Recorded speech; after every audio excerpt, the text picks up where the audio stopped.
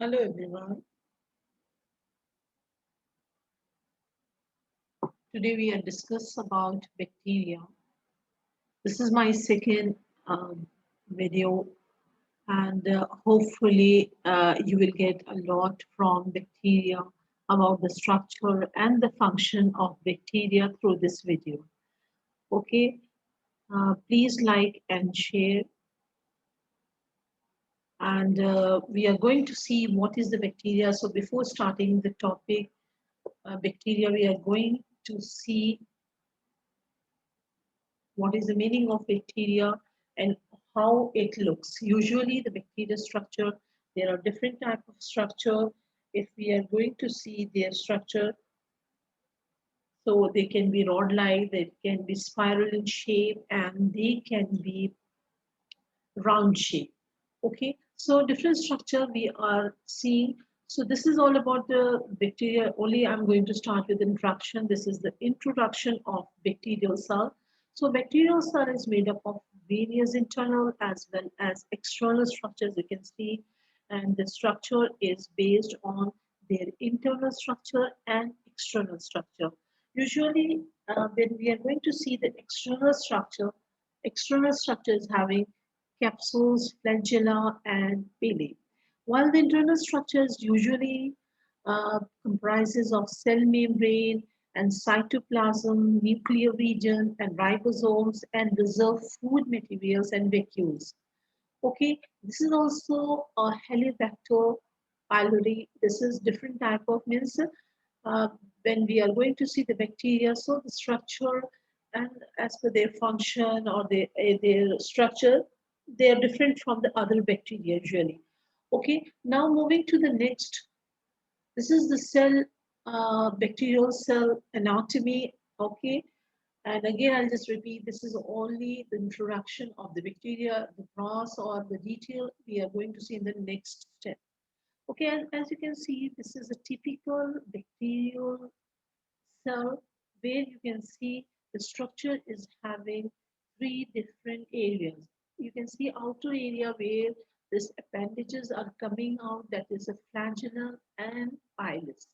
And the next part is the external structure, okay, and you can call it as an external covering. This covering is having first covering is with this capsule. This is called as capsule. The next one is cell wall, and after the cell wall we can see easily this is the cell membrane which you can observe here. Okay, after the cell membrane, the liquid part of the bacterial cell is called as cytoplasm. Cytoplasm is having this ribosomes and this is nucleoids, and you can see the nucleoids are not having any covering. So usually in bacterial cell there is no covering of any nucleus. So the nucleus is having means without covering. Usually the nucleus is not having any covering. So in this case, this genetic material is called as nucleoid, and which is comprises of usually a DNA, or it can be RNA and DNA. Okay, when we are going to see this bacterial cell, so it can be organized again. I'm going to repeat that three categories like internal structure and cell envelopes and external structure, which we have observed earlier. Okay, like internal structure, cytoplasm, nucleoid, cell, bacterial chromosomes, and plasmids and ribosomes and storage granules, while the cell envelopes is having cell membrane and peptidoglycan cell wall or an outer lipid membrane. Okay, usually it is found only in gram-negative cells. So usually on the basis of this cell wall structure, the bacteria can be divided into two categories, that is gram-negative cells and gram-positive cells. Okay, while the external structure is having some appendages and covering like flagella and the pilus and so on.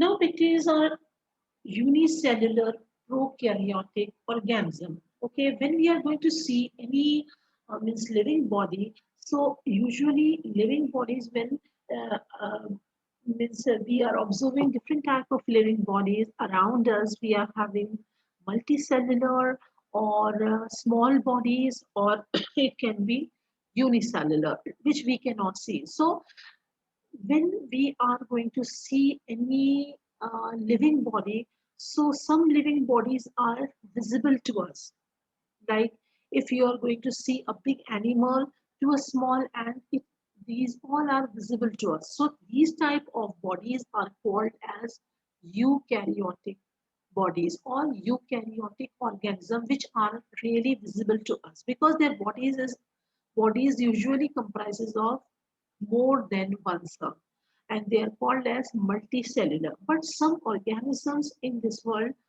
means we cannot see with our naked eyes. We cannot observe in front of us, though it is present in front of us, but we cannot see. And that type of organism which we are not able to see, which we are not able to observe in front of us with our naked eyes, they are called as unicellular prokaryotic organisms. Okay, so now it is clear that living organism can be categorized into two different groups like eukaryotic and prokaryotic organisms. And bacteria are categorized in prokaryotic organisms.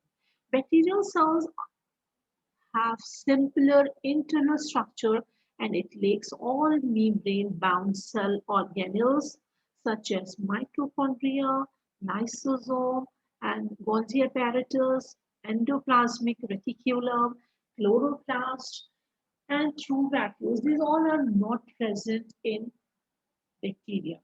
While one more thing which is make these bacteria to different to other organisms, that is the nucleus. Nucleus is not having any membrane, so bacteria also lacks true membrane bound nucleus and nucleolus. So bacterial nucleus is also called as nucleoids. Now we are going to study the detail of that particular bacterial cell which you can observe in front of you. So a typical bacterial cells are having following structure, like the outer structure which you can observe like capsules and flagella and pili. Okay, so first thing which we are going to observe is capsule. This one which you can see, this part is called as capsule. Okay, here you can see the second part, that is a flagella. From this capsule, this usually this, okay, from the cell wall, usually this flagella is coming out. While the appendages, which you can see these projections or appendages are there in bacteria, okay, outside of the bacteria, that is called as pili. Now the structure inside cell wall, if we going to observe, so the first thing, the cell wall, then cytoplasmic membrane.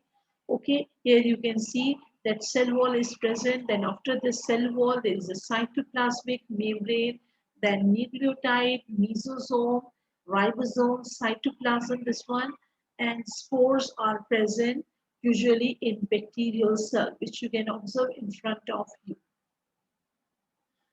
Now, we are going to start with the capsule. Okay, if you observe, if you see, or if you understand, everyone of you. So we start with the capsule which is present here. Okay, so our first part is capsule. So capsule is 0.2 micrometer thick. It is viscous layer, outer layer to the cell wall. Usually the capsule is having 98% of water and 2% of polysaccharide, or it can be glycoprotein or polypeptide or sometimes both. So there are two different types of capsule, usually microcapsules, that is the thickness of microcapsule is 0.2 micrometer or more, and it is visible under light microscope, while the other one is called as microcapsule. The first one, I'm sorry, and the first one is called as a macro capsule, that is thickness is 0.2 micrometer or more, and it is visible under light microscope. That means the macro capsule, which is having thickness of 0.2 micrometer, it can be visible under the light microscope. While in case of micro, as the name only show the meaning that microcapsule means the thickness is less than 0.2 micrometer, and it is visible only under the electron microscope.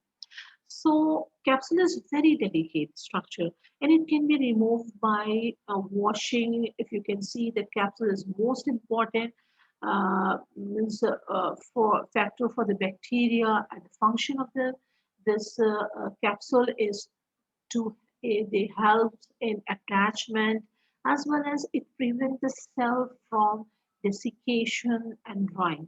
So capsule resistant phagocytosis by white blood cells usually. Now we're the next part, that is a flagella of the bacteria. Usually it is 15 to 20 nanometer hair-like helical structure, and it is emerges from the cell wall. Flagella is not straight, but it's helical. It is composed of flagellin protein, that is a globular protein, and known as H antigen. And when you're going to see the flagella, it has three parts: basal body, and the hook, and the filament. And the function of flagella is it helps vitality of the bacteria, like the movement of the bacteria is, I mean, they are responsible for the movement of bacteria. Moving to the next, that is the pili. They are hollow filamentous and non-helical structures. Usually they are numerous. Okay, there are many are, if you will observe under the microscope. So there are numerous and shorter than flagella. Usually the smaller than flagella, and pili is the characteristic feature of gram-negative bacteria, as we have observed that we are having on the basis of their cell wall structure.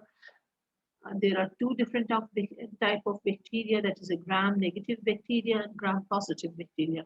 So pili is a characteristic feature of gram-negative bacteria. And pili is composed of pili, that's protein, and that usually some different type, all bacteria are not having this structure, like E. coli and some other bacteria are having this type of structure. The function of this belly is the most important function, which we can say is the attachment.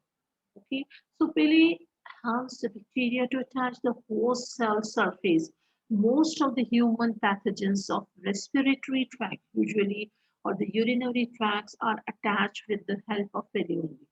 So now this belly possesses antigenetic properties, and specialization means you can see the specialized function that some bellies are modified for a specialized function, that is so they are helping to transfer DNA from donor to recipient cells during conjugation.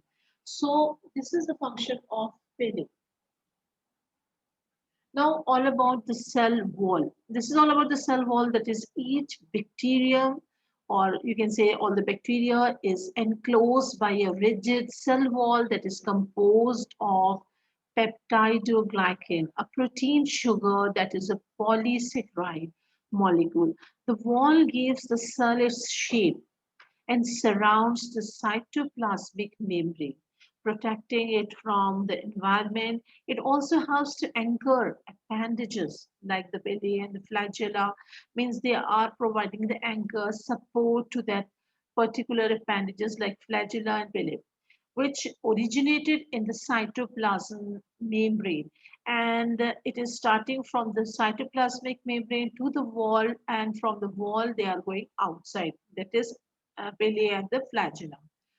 And the strength of the wall is responsible for keeping the cell from bursting when there are large differences in osmotic pressure between the cytoplasm and the environment. So they are maintaining a means osmotic pressure between outside environment and the inside environment. Okay, so this is all about the structure of that cell wall, which you can see that peptide interbridge is present. This is the sugar backbone. Okay, and now about the cell wall. Uh, if you can see here, the structure of gram negative and gram positive bacterial cell envelopes. Okay, so on the basis of their cell wall structure, the bacteria can be divided into two different groups, like gram negative bacteria and gram positive bacteria. So cell wall composition varies widely among bacteria, and it is one of the most important factor in bacterial species analysis and differentiation. For example, a relatively thick mesh-like structure that makes it possible to distinguish two basic type of bacteria. So this a technique devised by Danish physician like Hans Christian Gram in 1884 uses a staining and washing techniques to differentiate between the two forms. When exposed to a gram stain, gram-positive bacteria retain the purple color of the stain because the structure of their cell wall traps the dye. In gram-negative bacteria, the cell wall is thin and releases the dye readily when washed with alcohol or acetone solution. Now, this is all about the structures. As you can see, this is the gram-negative and the gram-positive cell wall of a bacteria. Okay, in this case, you can see this is the outer membrane which is present in gram-negative bacteria, and this is lipoprotein which is you people are not seeing in this gram-positive bacteria. Now, that is sorry, this is the peptidoglycan which is present in gram-positive bacteria in a bulk amount or a thickness is more, while in gram-negative bacteria, the thickness of this peptidoglycan, if you can see, the layers are less. Only one layer is present, and while in case of this gram-positive bacteria, you can see that the thickness is more. Okay. Now, rest of the thing, you can see that periplasmic space and cytoplasmic membrane is almost the same. Only in the case of gram-negative bacteria, periplasmic space is more because they are having less peptidoglycan layers. Okay. Now, in case of gram-positive bacterial cells, as you can see, the thickness is more because peptidoglycan cell wall, they're having more thick layer of this peptidoglycan. While in case of gram-negative bacteria, you can see the peptidoglycan layer is less. So it is a big differentiation between this gram-positive bacterial cell and the gram-negative bacterial cell. Now, what is this peptidoglycan? The question arises as it is also known as murine. It is a polymer consisting of sugars and amino acids that forms a mesh-like layer outside the plasma membrane of bacteria, forming the cell wall, which consists of three parts: backbone, like N-acetyl-glucosamine and N-acetyl-numeric acid, in alternating chain, interconnecting by tri, tetra, or pentapeptide chains. Now, this is all about the cell wall. As you can see, the gram-positive bacteria and the gram-negative bacteria, cytoplasm is almost the same, while the plasmic membrane, which you can observe, that is also same. Here, periplasmic spaces, if you will observe in case of gram-positive bacteria, it is less, while in gram-negative bacteria, periplasmic spaces are more. Now, peptidoglycan is thick in case of gram-positive bacteria, while it is thin in case of gram-negative bacteria. Okay, now the outer membrane is present in gram-negative bacteria, while you cannot see outer membrane in case of gram-positive bacteria. Now this is all about the cytoplasmic membrane. This is the bacterial cytoplasmic membrane, which you people are observing, a layer of phospholipid and proteins that is called as the cytoplasmic membrane encloses the interior of the bacterium, regulating the flow of material in and out of the cell. This is a structural trait bacteria share with all other living cells, a barrier that allows them to selectively interact with their environment. Membranes are highly organized and asymmetric, having two sides, each side with a different surface and different functions. Membranes are also dynamic and constantly adapting to different conditions. The cytoplasm or protoplasm. Okay, now about this is cytoplasm, that is a liquid part of a cell. So the cytoplasm, or we can call it as the protoplasm of bacterial cell, is where the function for cell growth, metabolism, and the replication are carried out. It is gel-like matrix composed of water, enzymes, nutrients, waste, and gases, and it contains cell structure such as ribosomes or chromosome and plasmids. The cell envelope encases the cytoplasm and all its components, unlike the eukaryotic or the true cell. Bacteria do not have a membrane closed nucleus. The chromosome, a single continuous strand of DNA, is localized but not contained in a region of the cell called the nucleoid. All the other cellular uh, components are scattered throughout the cytoplasm. And the very most important thing in bacteria, they are not having membrane bounded nucleus. One of those component plasmids are small extra chromosomal genetic structure carried by many strains of bacteria, like the chromosome. Plasmids are made of a circular piece of DNA. Unlike the chromosomes, they are not involved in reproduction. Only the chromosome has the genetic instruction for initiating and carrying out cell division or binary fission, the primary means of reproduction in bacteria. Plasmids replicate independently of the chromosome and while not essential for survival appear to give bacteria to selective advantage. Usually the cytoplasm is about 80% of water and it contains primarily proteins like enzymes, carbohydrates, and lipids, inorganic ions, and many low molecular weight compounds. Inorganic ions are present in much higher concentration in cytoplasm than in the most media. Cytoplasm is thick, aqueous, semi-transparent, and elastic. The major structure in the cytoplasm of prokaryotic are a nucleoid that is containing DNA, particles called ribosomes, and reserve deposits like inclusions. So protein filaments in the cytoplasm are most likely responsible for the rod and helical cell shapes of bacteria. When we are going to see the helical shape of bacteria, the rod shape of bacteria, so usually the protein are responsible for that particular shape.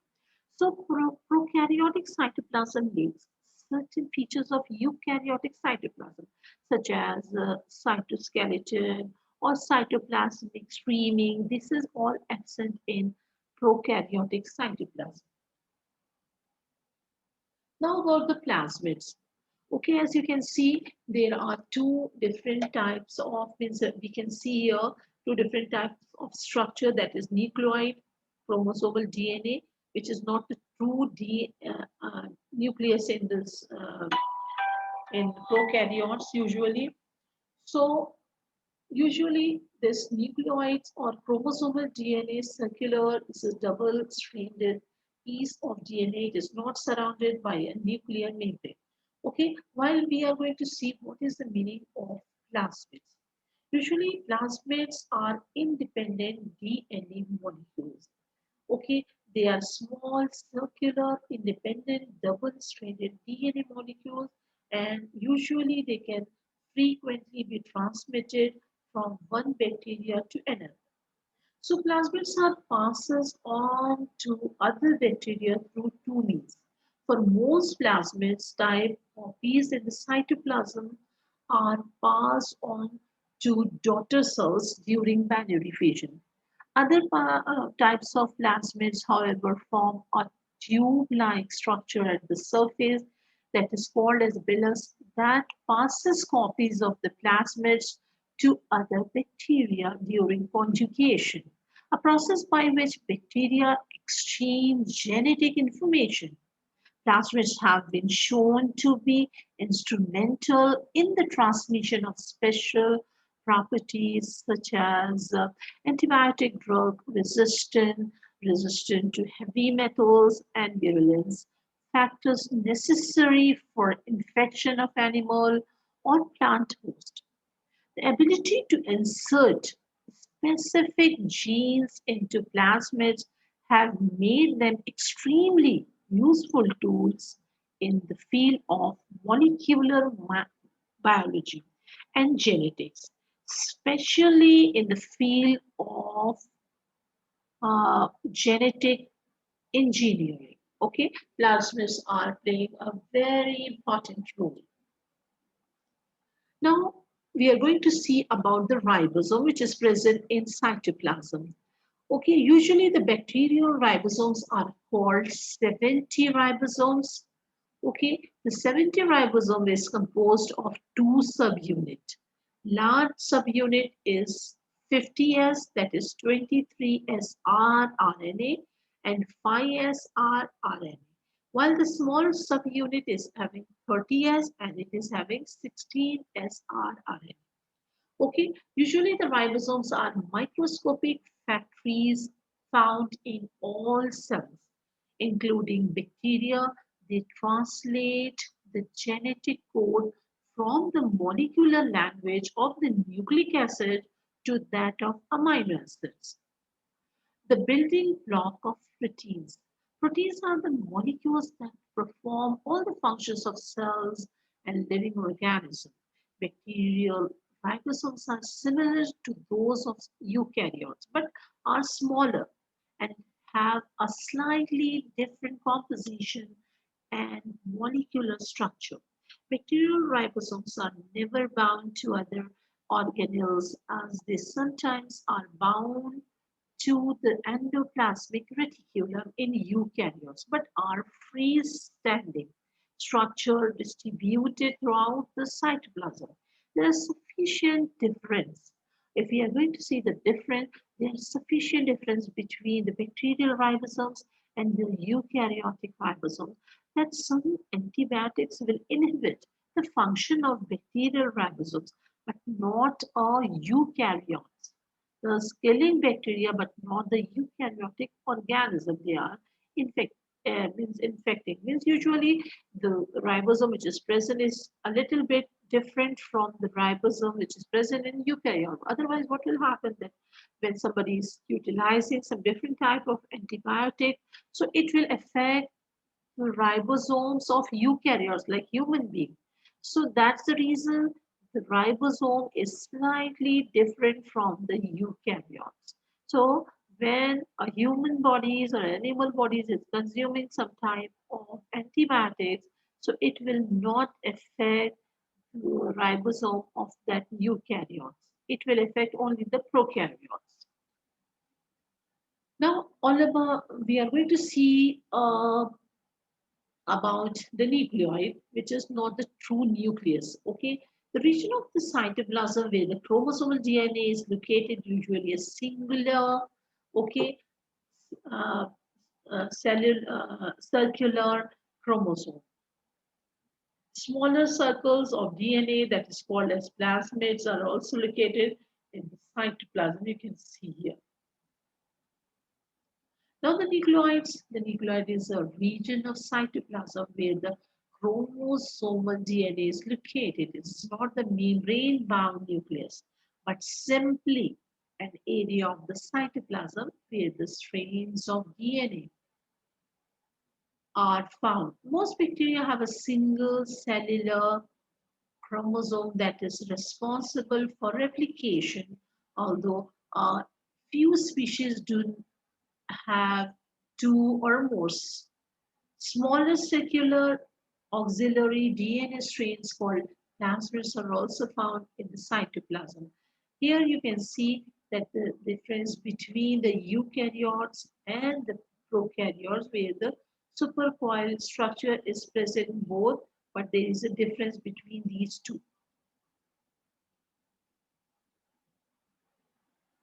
Now, change in the architecture of the bacterial chromosome during the adaptation to an acidic environment is controlled by the DNA binding protein that is called as HU protein, and its interaction with the DNA you can observe here. Okay, in this case you can see there is a change in the architecture of the bacterial chromosome. Okay, when they adapt to an acidic environment.